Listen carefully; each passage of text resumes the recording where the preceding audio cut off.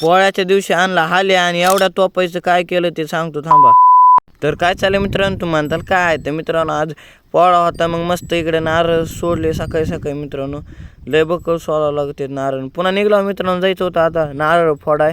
मित्रांनो इथं जाताना तर लय चिकल होता बघा. आणि पुन्हा आलो इथं नारळ फोडलं इथल्या देवाला. मित्रांनो जायचं होतं आता उगा मस्त मरशिदाला आलो. मरशिदात आलो मित्रांनो. मेन दीपक होता मस्त मित्रांनो. दर्शन घ्यायला आलो इकडे. दर्शन घेतले मित्रांनो.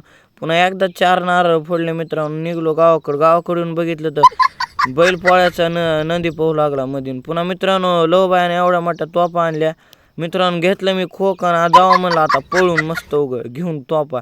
पुन्हा मित्रांनो लागला आता गारदा निसता तोफा धड वाजवल्या बघा तोफा. अवघा लवबायाचे बैल आहेत मित्रांनो.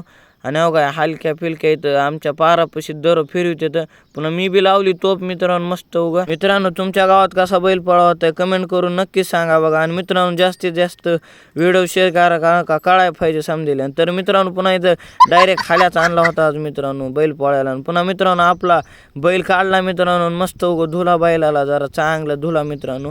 आणि पुन्हा मित्रांनो गोंडा बांधला आणि म्हणलं आता नारळ बी फोडाच लागेल म्हणलं. नारळ फोडलं मित्रांनो. तर मित्रांनो तुम्ही लाईक करा शेअर करा.